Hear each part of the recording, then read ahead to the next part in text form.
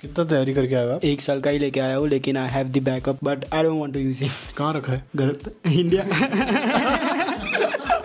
12-15 लाख रखा हुआ है। हाँ। और चैट जीपीटी का यूज किया था? कोई चैट जीपीटी यूज नहीं किया था। इंस्टेड ऑफ दैट मैंने कैम्ब्रिज का यूज करके करेक्शन किया, जिसने 1.25 लाख रुपए 1,30,000 रुपीज दिया है कंसल्टेंसी को। और उसमें भी उसका ऐसा था कि मेरे पापा ने तो नेगोशिएट किया था।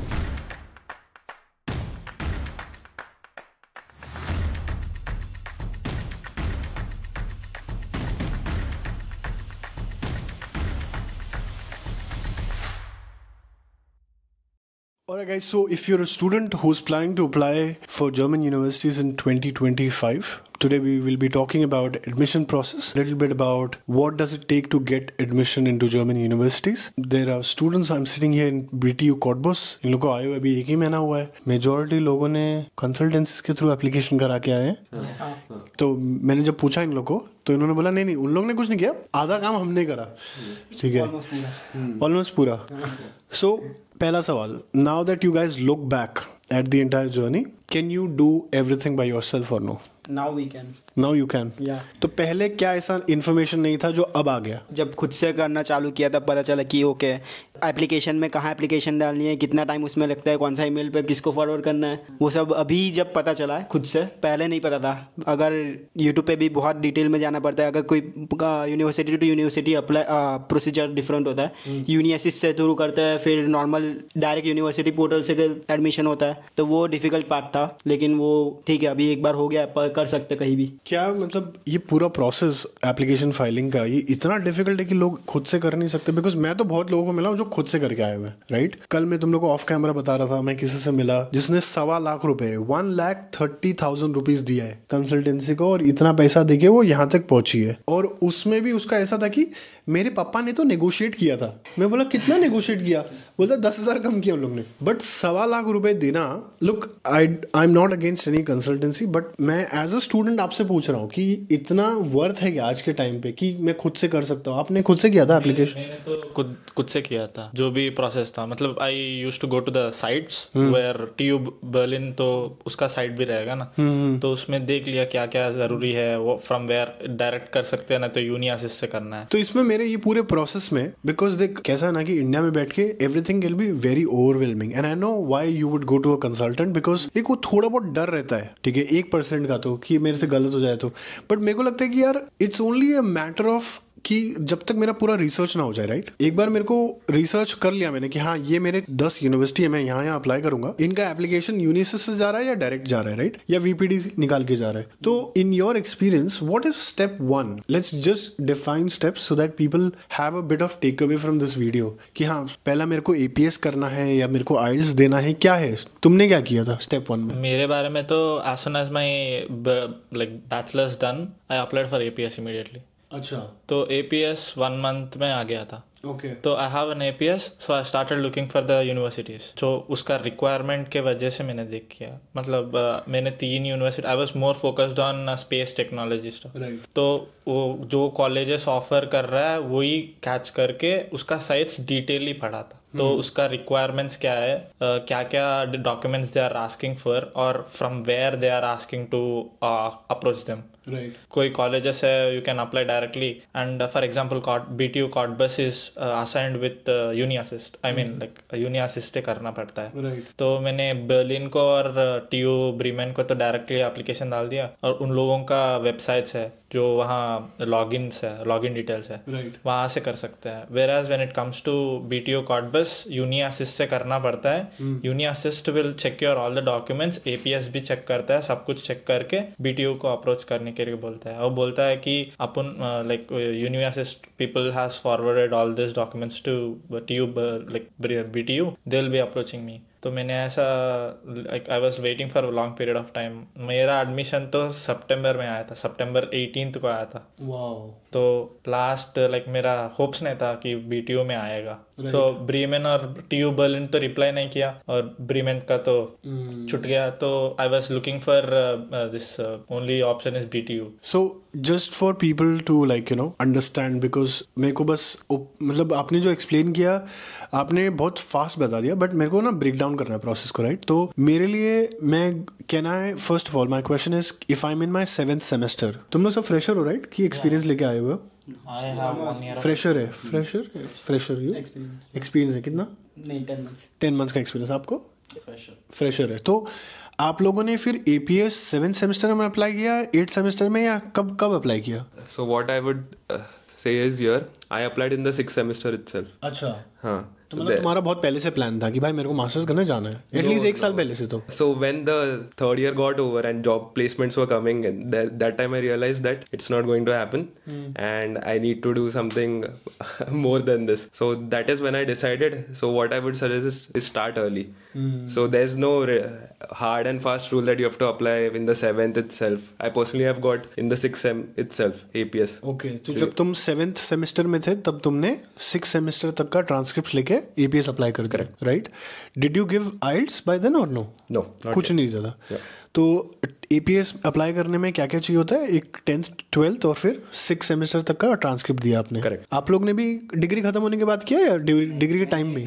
डिग्री खत्म होने के बाद किया। अच्छा, ओके। तो मेरे को ये बताना कि जैसे कि स्टेप 1 में लोगों को हमने बता दिया कि आप APS अप्लाई कर सकते हो, आप अगर बैचलर्स पढ़ रहे हो तब भी आप अप्लाई कर सकते हो। बट जैसे इन्होंने बोला कि एटलीस्ट, मतलब मैंने भी सुना है कि 3 साल की डिग्री तो होना बहुत ज़रूरी है APS के लिए, राइट? सेकेंड स्टेप क्या है इसमें? मतलब मान लो मैं अभी ग्रेजुएट हो चुका हूँ, मैंने 8 सेमेस्टर दे दिया है और अब मैं अप्लाई करने के लिए रेडी हो रहा हूँ। यूनिवर्सिटीज जब सर्च करने जाते हैं, व्हाट आर द 2-3 फैक्टर्स जो दिमाग में रखनी चाहिए आपके हिसाब से जब आप यूनिवर्सिटी लिस्ट बना रहे हो? तो एक तो IELTS का स्कोर, ठीक है, उस यूनिवर्सिटी को GRE या GMAT लग रही है कि नहीं, ठीक है, कि उसकी अलग एग्जाम है। ये मेजर 3 पॉइंट्स है। अगर उसको GRE GMAT नहीं लग रही तो IELTS का स्कोर तो अराउंड 6.5 to 7 होता है। अच्छा। तो ऐसी IELTS की प्रिपरेशन करनी पड़ेगी। और मेरा एक और क्वेश्चन था आप लोगों के लिए कि जब आप लोग ने यूनिवर्सिटी की एप्लीकेशन फाइल किया तब तक हाथ में प्रोविजनल डिग्री आ गया था या 7th सेमेस्टर के बेसिस पे अप्लाई कर दिया मास्टर्स में? So in my case, I didn't have a provisional degree as well. I had to still give my 8th semester exam. I had only the transcript till 7th semester.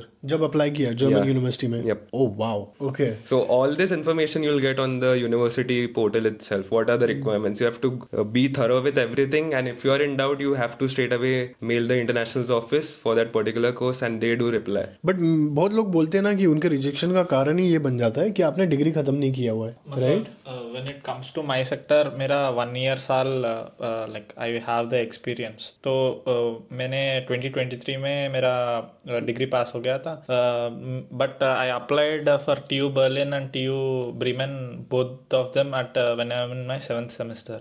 तो Bremen has suggested me to complete the course completely and then apply. हाँ, ये मैंने बहुत university में देखा है कि आपको पहले अपना पूरा डिग्री खत्म करना पड़ता है, राइट? ठीक है, तो मैं थोड़ा आगे बढ़ना चाहता हूँ। तो मैंने APS दे दिया है, मैंने अपना IELTS भी दे दिया है, मैंने अपना 8 सेमेस्टर का एग्जाम दिया है और अभी मेरे को रिजल्ट भी आ गया। अब मैं अप्लाई करने जा रहा हूँ बिकॉज इंडिया में by the time you graduate I think it's already May June, right? मई तो हो ही जाता है, राइट? जून, मई जून। हाँ, ठीक है। जैसे इसने बताया कि यूनिवर्सिटी शॉर्टलिस्टिंग करोगे तो आप ये 2-3 चीजें देखो, right? What are the other factors I should look for जब यूनिवर्सिटी शॉर्टलिस्टिंग कर रहा हूँ? Because it's very crucial document, right? Because it's like a compass, आप उसको फॉलो कर रहे हो फिर अगले 2 महीने तक उसी चीज को एप्लीकेशन करने में। मतलब एग्जाम्पल देता हूँ मैं क्या पूछना चाह रहा हूँ। मेरे हिसाब से यूनिवर्सिटी शॉर्टलिस्टिंग करते वक्त आपको शहर भी देखना बहुत ज़रूरी है, कौन से शहर में है। मेरे हिसाब से आपको ये भी चेक करना चाहिए कि आपका जो सब्जेक्ट्स आप पढ़ रहे हो अपने बैचलर्स में, क्या वो मास्टर्स में जहाँ अप्लाई कर रहे हो वो मैच हो रहा है नहीं हो रहा है, उसका कोई लेना देना है या नहीं। बिकॉज आप पढ़ रहे हो A, आपने अप्लाई कर दिया B में, ऑफकोर्स रिजेक्शन आएगा ही बिकॉज आपने पढ़ा ही नहीं है वो पहले, ठीक है? तो ये मेरे 2 पॉइंट्स है। आपका और क्या देखते हो आप यूनिवर्सिटी शॉर्टलिस्टिंग करते वक्त? So what I see is mainly, does it match with where I want to work in the near future? Does it align with my interest? Does it align with my previous academic experience, or as well as my professional experience, whatever internship, course certifications, or interest in general, whatever we mention in the LOM. And secondly, it would be how is the overall cost of living in the city. And third, I would say job opportunities, because we come here with a 1 year of block account, so you have to work somewhere, and and then you have to factor in the expenses as well. Even if you're coming here and you're focusing on your studies, so you do that for 6 months and then you move out and then you learn how to get some jobs and then extend your visa and so on. So मेरा university shortlisting का list ready है, Excel sheet. मेरे को क्या क्या documents चाहिए होते हैं एप्लीकेशन फाइल करने के लिए? 10th 12th मार्कशीट्स, डिग्री की सारी marksheets, even transcript also, then language certificates, the German, like if they have German requirement you need that, और आइल्स कंपल्सरी, और I guess in some universities they accept MOI, medium instruction letter, and then but MOI university तक ठीक है, embassy में उन्होंने I think लिखा हुआ है उनको आइल्स चाहिए, वीजा के लिए मैंडेटरी है. या for visa purposes IELTS is mandatory. ठीक है, इसके अलावा और कुछ? No, that's all. Like extra curricular activities में आ जाता है, like you need a strong Europass CV. हाँ, राइट, इसको देना, and the letter of motivation. तो जैसे इसने बोला कि ये सारे डॉक्यूमेंट चाहिए, मैं 10 यूनिवर्सिटी में अप्लाई कर रहा हूँ, तो मुझे 10 SOP चाहिए होंगे, राइट? तो SOP का स्ट्रक्चर आपने कैसा बनाया था? एक होता ना कि विनिंग SOP, जिससे मेरे को एडमिशन मिल जाए. आपके केस में तो आपका स्कोर भी कुछ 7 पॉइंटर्स में था, 7 CG पे something, right? So that means you had to work more on this piece of document. तो आपने कैसे तैयारी करी उसकी? सो मैंने पहले क्या किया, मैंने खुद के अपने स्किल्स जितने हैं लिस्ट आउट किए, general skills, not according to any university. उसके बाद मैंने आई मेड मैंने एक मास्टर बनाया कि भाई this are my skills according to timeline, वो मैंने डाला. उसके बाद according to each university what they are factoring in, like if they are mentioning a particular subject और अ पर्टिकुलर इंटरेस्ट, तो उस चीज को एग्जैक्ट मैंने वहां पे डाला है. सो वो मैंने in the 3rd paragraph 4th paragraph मैंने वो डाला है. विथ दैट मैंने अपना मोटिवेशन भी डाला है कि if I am working in this field, this is where I want to reach after the degree, this is where I want to work in. So वो सब चीज मैंने फैक्टर किया. साथ ही साथ what I did is, the moment like I like power engineering at BTU, I contacted the seniors here directly in LinkedIn. Yeah, like at least I mailed 20-30 of them, tried to talk. At least some of them responded and they told me that which kind of research is going on currently. That same research I put in my in the detail that I want to work in this area. Same I did with Uni Wuppertal. Same in this, but hybrid electric propulsion there was no senior, nothing. So this was like I just read what the requirements were. But yeah, I tried to talk to some PhD guy who is working in this field. So there's a Chesco research, like Chesco research, I think lab or something. So he's working there as a PhD guy. I just talked to him that this is the course, what are the requirements. He told me it's a new course, you can just lay back and just relax, and whatever your interests are, just try to give that. So I just did that. कितना लंबा था SOP? मेरा SOP 1.5 page. Okay. और ChatGPT का use किया था? कोई ChatGPT use नहीं किया था, खुद से लिखा सब? या I try to write it by myself. या कोई नो ChatGPT. मतलब एक बार ये होता ना कि अभी आजकल मैं देख रहा हूँ लोग क्या करते हैं, खुद से लिख लेते हैं पहले, फिर ChatGPT को बोलते हैं इसको प्रोफेशनल बना दो भाई. इंस्टेड ऑफ दैट मैंने कैम्ब्रिज का यूज करके करेक्शन किया, because ChatGPT I was very scared कि what if they are checking ChatGPT. Plagiarism इसलिए मैं बोल रहा हूँ क्योंकि प्लेजरिज्म आज इजीली डिटेक्ट करा जा सकता है, आपने पैराफ्रेज ही क्यों ना किया हो.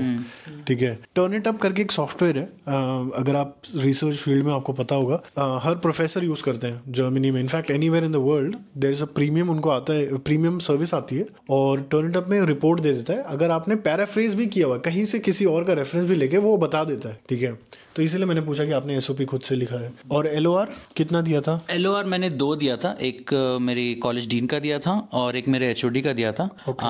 These LORs I only gave 2. It was recommended 3, but I felt 2 is more than enough. और उसका कंटेंट कहाँ से निकाला LOR का? LOR का कंटेंट एक्चुअली व्हाट्सएप ग्रुप से बहुत सारे LORs मुझे मिले, तो I took it from there. But also I mentioned like there I used ChatGPT just to understand how to write it on, but I wrote everything myself because I thought like even a single word which is repeating 10 times, because the AI content if we read we can just feel it. Yeah, this is like not like a human intelligence, it's something different, it's repeating. So मैंने उसका use ही नहीं किया. Okay. Can you explain people बहुत simple भाषा में Uni Assist क्या है? Uni Assist is just a service which universities use in order to take applications in. So Uni Assist will just do a preliminary check कि यार इस बंदे का सब कुछ डिटेल्स सही है या नहीं है. If it is done, the Uni Assist will do the checking and send it to the university. Then university will decide, the board will decide whether to take you in or not. So it's just like a mandatory check for students who are coming, so that university का load थोड़ा कम हो जाए and you can still in a faster way universities can process a lot of students. जब आप university search करते हो उसमें एक कॉलम होना चाहिए कि अगर 15 यूनिवर्सिटी आपकी लिस्ट में, तो इंडिविजुअली आपको पता होना चाहिए ये वाले का एप्लीकेशन डायरेक्ट यूनिवर्सिटी पोर्टल से है, इस वाले का यूनिसिस के थ्रू है, इस वाले का वीपीडी प्लस यूनिवर्सिटी पोर्टल है। तो जर्मनी में 3-4 तरीके से आप एप्लीकेशन भेजते हो। Uni assist is the major one, जो बहुत सारे यूनिवर्सिटी, जैसे इन्होंने बताया कि वो यूनिवर्सिटी के साथ काम करती है। यूनिसिस्ट एक ऑर्गेनाइजेशन है, बर्लिन में है, ज़ुटकॉइट्स करके जगह है, वहां पर उनका ऑफिस है, and it's a extended organ of government only, कोई प्राइवेट कोई कंसल्टेंट नहीं है ये लोग, ठीक है। तो आप एप्लीकेशन उनके पोर्टल पे आते हो, साइन अप करते हो, साइन इन करोगे,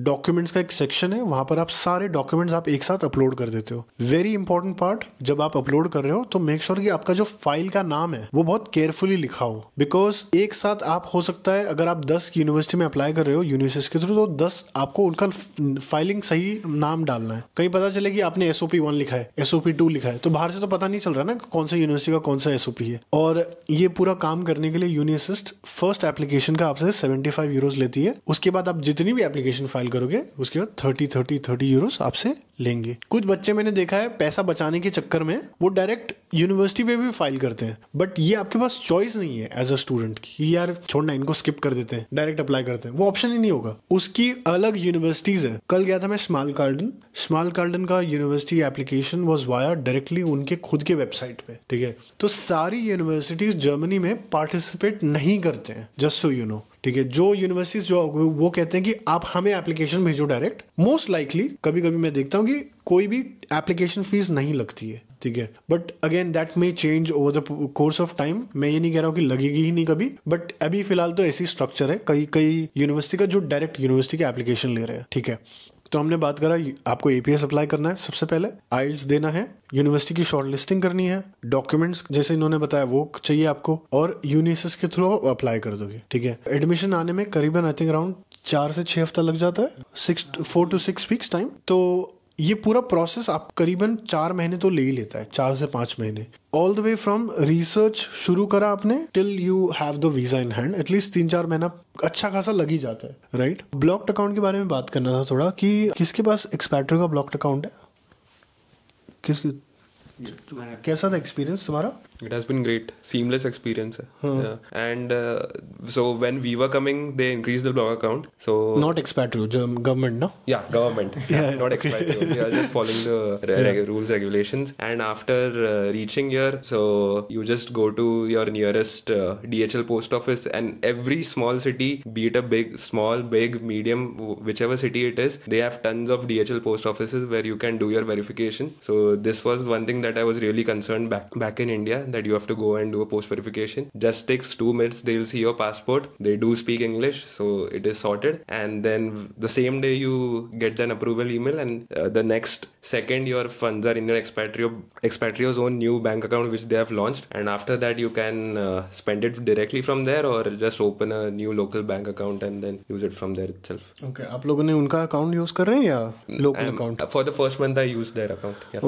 Okay, because एक्सपैट्रियो ने ये बहुत डिफरेंस है दूसरे ब्लॉक्ड अकाउंट प्रोवाइडर से, कि आपको जनरली यहाँ के लोकल अकाउंट खोलना पड़ता है, और उसमें हो सकता है आपको डिपेंड करता है कौन से शहर में हो, क्योंकि कभी कभी तो 2-2 महीने भी लग जा रहे हैं। बैंक आपको मतलब आपको जाके उनसे बात करना है ना कि सर मैडम मेरे को मेरा अकाउंट खोलना है, वो अपॉइंटमेंट देने के लिए भी वो लोग 10-10, 15-15 दिन लगा दे रहे हैं। फिर आप उस दिन जाओगे, उस दिन बोलोगे अपने मैं एक स्टूडेंट हूँ, यहाँ पढ़ रहा हूँ, ये मेरे डॉक्यूमेंट्स है, तो वो आपका प्रोसेस इनिशिएट करेंगे, और ये सब करने में करीबन 1-1.5 महीना लग जा रहा था पहले, तो और बहुत ज्यादा टाइम लगता था। तो ये चीज आई थिंक एक्सपैट्रियो ने सॉर्ट कर दी कि you can have the access to your money instantly, जो उनका अकाउंट, उनका खुद का अकाउंट है, राइट, जो ऐप के थ्रू आप एक्टिवेट कर सकते हो। ओके, तो ब्लॉक्ड अकाउंट कराने में कितना टाइम लग गया था करीबन? अगर मेरे पास पैसा रेडी है, मतलब मान लो मेरे डैड के अकाउंट में 20 लाख रुपए पड़े, I am ready to transfer, कितना टाइम लगेगा? I got it within 6 hours. 6 hours? Yeah. घर में बैठ के गया या बैंक गया था तू? No, घर से. So I had a remit agency who just made the transfer on my behalf. So I just sent them the money. In 2 hours they got the money, and in 6 hours I got a mail from Expatrio that your account is active. And same for you? Is it like that? Like with respect to my case, it was a little different. But मेरा कैसा था कि मेरे को कल ही visa का process था, और मैं एक्सपैट्रियो का उसका पहले दिन ही किया था. Oh my God. एंड मैंने मेरा बैंक से थोड़ा मुश्किल था, मतलब मैं 2 दिन के पहले बैंक को बताया था कि ऐसा एक्सपैट्रियो को ट्रांसफर करो, but they did not initiate. तो मैं फिर से कल जाना, मतलब पहले दिन बैंक जाना पड़ा एंड मैं बैंक से बात किया तो भी they were like it will charge if it is from the single account like 7 lakhs के ऊपर हाँ बरोबर then you will have the taxes भरना पड़ेगा ना so I just contact the expatriate that if I can do with 2 accounts at one place तो पापा से और मेरे से एक अलग अलग करके मैंने भेजा था so to avoid the tax and Expatrio by मतलब रात को एक्सपैट्रियो का अमाउंट मिला था वेरिफिकेशन प्रोसेस में था एंड मैंने जाके वीसा भी कर दिया और वीसा होने के बाद after me coming to home 3 o'clock को ऐसा एक्सपैट्रियो का ब्लॉक्ड अकाउंट चालू है करके आया then I have to rush back to visa point to give this certificate and visa point accepted my this thing they took and give that वाइस का proof submit किया था इंस्टेड ऑफ दैट देन मैंने वो ले लिया और ये सबमिट किया ओके अरे भाई ऐसा नहीं करना ठीक है ये बहुत यूनिक केस है नहीं तो वो एंटरटेन नहीं करते हैं हाँ यार मतलब एक बार वीजा ऑफिस में आपको अगर आप जाके आ गए सीधा आपको या तो वीजा मिल रहा है तो नहीं मिल रहा है but was very unique that they were very nice to take you that like मेरा वीसा प्रोसेस बहुत स्मूथ था कुछ भी पूछा नहीं VFS हैदराबाद गए थे VFS हैदराबाद का था और चेन्नई को गया था एंड मैं पंजागुट्टा सेंटर में किया था सुबह फर्स्ट स्लॉट में and without even option I opted premium lunch and I did not even arrange all the documents I simply went there they arranged all the documents like मेरा तो 1 year का gap मतलब मैं काम कर रहा था she was asking like you have a gap of 1 year right do you want to fill anything with respect to that I gave my internships which I did in my engineering और मेरा sports भी था तो sports दे दिया और मेरा experience जो certificate था वो भी दे दिया okay all this things and वो सिग्नेचर्स वगैरह किया था डन ओके उनको देना जैसे कि आपका डिग्री आप लोगों का सबका 2 साल का राइट तो क्या आप लोग 2 साल का तैयारी फाइनेंशियल प्लानिंग करके आए हो या अभी सिर्फ फर्स्ट ईयर का ब्लॉक्ड अकाउंट का पैसा लेके आए हो और ये सोच के कि उधर जाएंगे और काम करेंगे फर्स्ट ईयर और सेकंड ईयर का कॉस्ट ऑफ लिविंग निकालेंगे ऐसा है सोच के आए हो या तैयारी करके आए हो नहीं तैयारी तो है लेकिन सेकंड ईयर का भी हाँ मतलब तैयारी तो है लेकिन वो करना नहीं है यहाँ के जो करने आए वो करना है फिर पहले फर्स्ट सेमेस्टर तो मतलब मैं तो कुछ करूँगा नहीं बस एक्सपीरियंस लूँगा बाद में वर्किंग स्टूडेंट वगैरह देखना है नहीं जो सेकंड ईयर का जो पैसा है खर्चा लगने वाला है उसका आपने अरेंजमेंट करके आए हो नहीं थोड़ा बहुत है थोड़ा बहुत है बट जो ब्लॉक्ड अकाउंट में डाला है 10-12 लाख वही है बाकी उसके अलावा और कुछ नहीं करके आए हो कुछ नहीं यहाँ के जो पार्ट टाइम करके बाकी का पैसा अरेंज करना है अभी पार्ट टाइम जॉब मिलने का क्या सीन है मिल रहा है नहीं मिल रहा है ढूंढ रहा हूँ बहुत सारे एप्लीकेशन किए लेकिन कुछ नहीं आ रहा अभी तक कुछ सीनियर हेल्प नहीं कर रहे क्या तुम्हारे ऐसे सीनियर कुछ हेल्प ही नहीं कर सकते ना सारा सीनियर खुद जॉब ढूंढ रहे सीनियर खुद जॉब ढूंढ रहे ओके तो ये गलत है ऐसा मतलब look I want to give people a realistic expectation कि यार ऐसा पहले होता था कि आप 1 साल का ब्लॉक्ड अकाउंट करके आ जाओ फिर आप यहाँ आने के बाद काम करोगे और नेक्स्ट ईयर का पैसा तब तक जमा हो जाता था by the end of first year right ऐसा लग रहा है होएगा कि नहीं होएगा नहीं थोड़ा तो बचेगा यहाँ के कॉडबस में थोड़ा लिविंग एक्सपेंस कम है तो अराउंड 3 to 4,000 बचेगा तो आप ये कह रहे हो कि गिवन कि अभी का कॉस्ट ऑफ लिविंग कम है तो अभी 992 यूरोस आपको हर महीने ब्लॉक्ड अकाउंट से मिलता है कितना उड़ जा रहा है अभी तो बस 1-2 महीना में तो अराउंड मेरे तो 700 गए पर मंथ 700 तो बेसिकली वही 150 यूरो बच रहा है 150 यूरो बच रहा है 150-200 यूरो बाकी यहाँ आने के बाद सामान लिया तो फिर वो गए बाकी अगर बस लिविंग एक्सपेंसेस सोचोगे तो बस 600 ओके इसको देना have you come with second year of preparation और नॉट येट नो मैं तो तेरा भी ऐसे सोच के आया कि इधर जाऊंगा काम करूंगा मैं तो यहाँ आने के बाद मम्मा पापा को बता दिया कि सेकंड ईयर का भी थोड़ा मेरा इंडियन अकाउंट में डालो ताकि monthly if you can save for me if like मेरे को like I don't give my complete guarantee no मेरे को आ जाएगा करके there would be possibilities that I have the papers and patents so those would be helping for my job requirements but when it comes to reality check in Germany I don't think that will also help okay so मैंने मम्मा पापा को बता दिया कि monthly डालो ताकि for the next year I can store मतलब मैं ये सोच रहा हूँ कि जो लोग बड़े शहर में रह रहे हैं बर्लिन जैसे म्यूनिक में कि क्या हालत होती रहेगी यार उनके कॉस्ट ऑफ लिविंग की आज के टाइम पे और लोग यही सोच के आ रहे हैं कि अभी कैसे भी करके जर्मनी चलते हैं और फिर काम हम तो देख काम मेरे को लगता है कि काम मिल जाता है सबको, ऐसा नहीं कि कुछ ना कुछ कर ही लेता है, वो एकदम रिमोट पार्ट क्यों ना हो। मैंने देखा है लोग नॉर्डहाउसन, स्मॉल गार्डन और मतलब मैं कितने शहर भी नहीं है, वो तो गांव है, प्रॉपर गांव, फ्राइबर्ग, मतलब मेरे को वहां पहुंचने को ही एक बड़े शहर से एटलीस्ट 2-4-5 घंटा लग गया। तो मैं ये सोच रहा हूँ कि तुम ऐसे जगह से उठ के, क्योंकि मैं देखता हूँ, फॉर एग्जाम्पल देता हूँ, रियल एग्जाम्पल देता हूँ, इल्मिना हो गया। इल्मिना इतना छोटा जगह है, वहां से हर दिन आपको लगता होगा, अगर आप जैसे कि मुंबई जैसे शहर से अगर आप देख रहे हो, आपके लिए हो सकता है 2 घंटा अप डाउन करना बड़ी बात नहीं होगी, बट ऑनेस्ट बताऊं, जब आप यहाँ रहते हो ना, ये बहुत स्टार्टिंग डेज में लगता है कि ये तो मैं कर ही लूंगा। जैसे कॉटबूस अभी बर्लिन हो गया, हाँ टेक्निकली देखे तो अभी 1.5 घंटा लगना चाहिए, बट अभी मैं आया हूँ ऑलमोस्ट 2-2.5 घंटा लग गया है। और यहाँ से कुछ बच्चे मैं देख रहा हूँ अप डाउन करते हैं, अभी भी करते हैं पार्ट टाइम जॉब को लेके। तो मेरा क्वेश्चन आने वाले स्टूडेंट्स के लिए, may be you guys can help them कि यार is it a fair decision कि हाँ मैं 1 साल का ही खर्चा लेके चलूँ या बैकअप रख के आऊँ कुछ? No, I would highly suggest everybody to plan your finances very ahead of time itself, and you should not come with the thought that you'll come here and then you'll figure it out. Obviously, that should be the approach, but there has to be some backup plan, because even if you don't, you are here to study. That's the main criteria, that you have come here, you will study, you will complete your masters, and then you will decide what to do, what not to do. But for that, if you do odd jobs and everything, and then if you are not able to manage your credits and you are complete, and the 2 years masters which is intended, and which is the intended duration of the course, and you are taking 3 years 4 years and you are still not completing the modules, then that definitely is a bad decision, that I would say. कितना तैयारी करके आए हो आप? 1 साल का ही लेके आया हूँ, लेकिन I have the backup, I have the security for another 1 year, but I don't want to use it. कहाँ रखा है? घर पे, India. I don't want to use it. Backup है? Like again 1 साल का एक और 12-15 लाख रखा हुआ है। हाँ।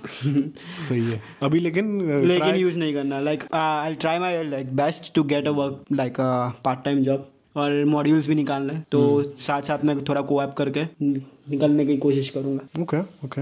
मेरा तो 1 साल का ही है। I am ready to eyeball it, जो होगा I am ready for it. तो बट वन थिंग इज, थोड़ा पढ़ाई इफेक्ट करता है when you are looking into part time jobs, it will affect, there is no point, because time is 24 hours only. Time management का game है यहाँ सब कुछ। So if you are looking into doing part time jobs, then at least you should make sure you are not taking very hard modules in your first semester. At least you should be like, okay, if there are 5 modules, compulsory modules, out of them at least 2 or 3, if I can take the easy modules now, so that okay, comfortably you will be able to pass everything.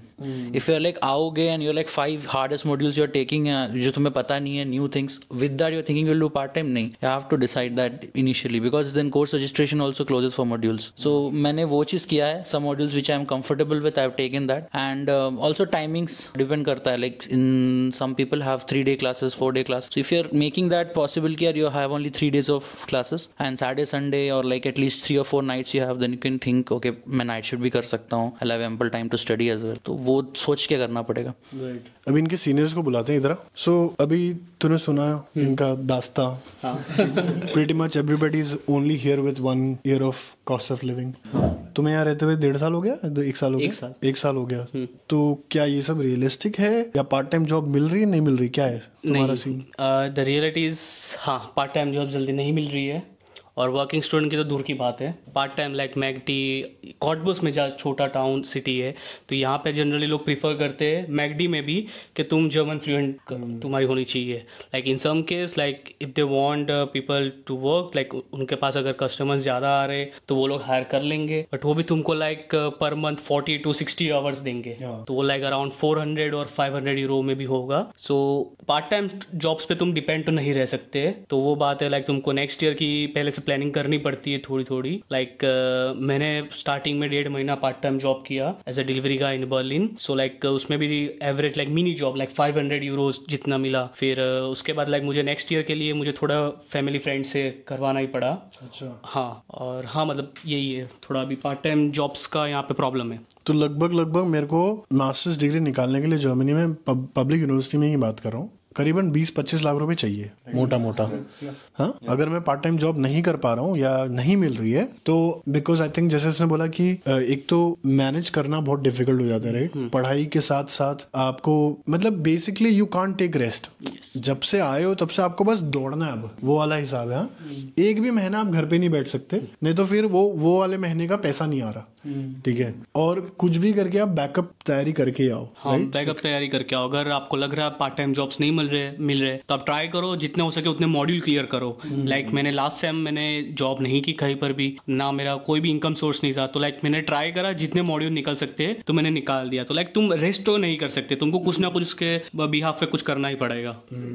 You have to use your time. What is your last thought to everybody who is watching us? I would say, like, if you are new to Germany or if you are planning the same, learn German, and if you can't find a job in your city, try a different city, like जो भी आसपास की city है जहाँ पे English speaking है तो वहाँ पे तुम ट्राई करो। और अगर इन केस तुमको जॉब्स नहीं मिल रही है तो विदाउट वेस्टिंग टाइम, लाइक कुछ लोग आते हैं यहाँ पे जब पार्टीज कर रहे हैं और यूरोप घूमना है लोगों को, but which is like I believe like तुम घूम तो कभी भी सकते हो if you get a working student और part time job. So if you guys don't have any job, so आप एक काम कर सकते हो, लाइक आप जितने मॉड्यूल क्लियर कर सकते हो क्लियर करो। क्योंकि यहाँ पे मैंने बहुत लोग को देखा है, लाइक 3 साल 4 साल तक अपनी डिग्री खत्म नहीं करते, लाइक क्योंकि उनको जॉब्स नहीं मिल रही है। तो लाइक तुम एक चीज़ कर सकते हो, लाइक तुम जितने हो सके उतने मॉड्यूल क्लियर कर लो स्टार्टिंग के, like with in 1 year 2 years। So like आपके वर्किंग स्टूडेंट या जो फुल टाइम जॉब है आपके पॉसिबिलिटीज बढ़ जाती है उसके लिए। राइट, एंड आई थिंक गोल ये रखना कि पार्ट टाइम जॉब से इनकम आएगी,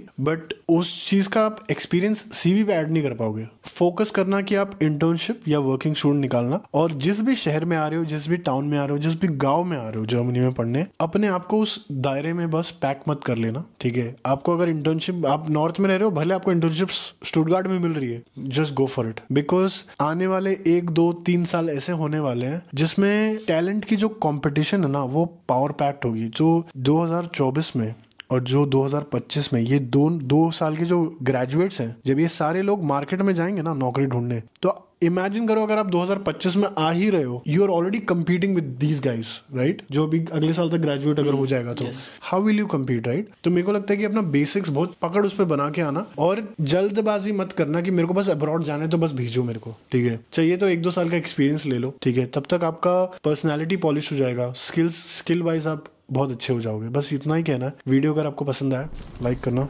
and I will see you guys next time. Bye bye.